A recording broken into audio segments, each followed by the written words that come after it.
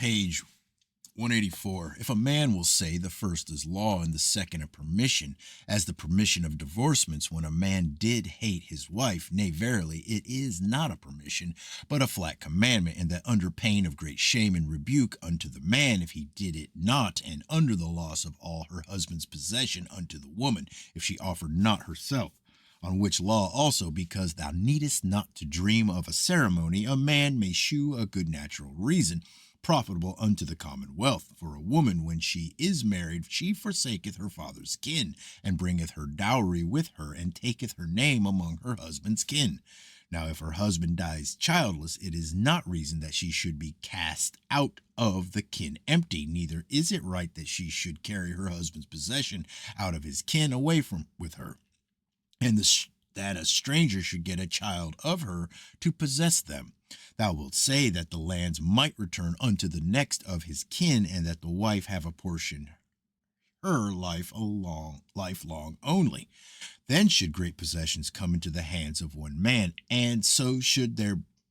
many tyrants rise among the people, which to avoid, God ordained that the land should be scattered ever among as many as might be of the same kin, and for the same cause would suffer no man to buy any lands forever. For God thinketh it better for his commonwealth that 20 should spend 20 or 40 shillings apiece, than that one should spend 20 or 40 pounds, and 19 never a whit. For then must many poor hang on one rich, which rich for the most part be of corrupt minds, and so sensual that they will look on no man to do him good, except it will be on such as will follow their lusts. And so should the people follow the will of man and not of God, and be compelled to live wickedly, and to murder, steal, and oppress their brethren, to fill their bellies withal. Moreover, it was a law in the time of the law natural, 400 years before Moses, that a man should marry his brother's wife, and thou seest Genesis 38. Also Moses forbiddeth not a man, when his wife is dead, to marry her sister. If one man may marry two sisters, why may not one woman marry two brethren? Are not two sisters as nigh of kin as two brethren? Wherefore I see no remedy, but that a man must understand the text thus, that Moses forbiddeth a man to take his brother's wife as long as his brother liveth, as in the text following, when he forbiddeth a man to take his neighbor's wife, he meaneth while his neighbor liveth, for after his death it is lawful. And therefore John rebuked Herod for taking his brother's wife from him, his brother being yet alive, or at the uttermost, if they will strive and shew no cause why, it can extend no further than that a man may not take his brother's wife, if he have issue by her, which I suppose is indifferent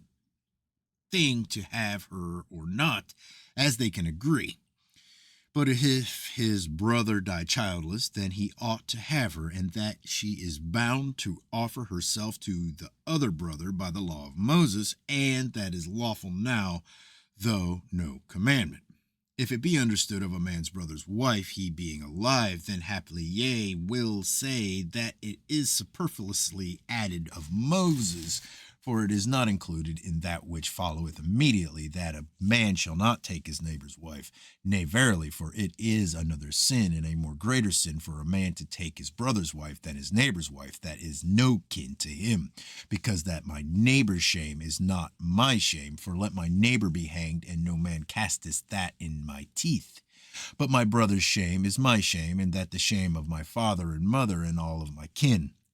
For let whosoever rebuke perchance my brother, and it is cast in my teeth, and in the teeth of my father and mother, and of all my kin immediately. Wherefore, to be so forgetful of natural honesty, that I should defile my brother's wife unto mine own shame and all my kin, is more grievous and heinous, as they say, and springeth of the greater lewdness or malice, than to take my neighbor's wife, which is not of my kin.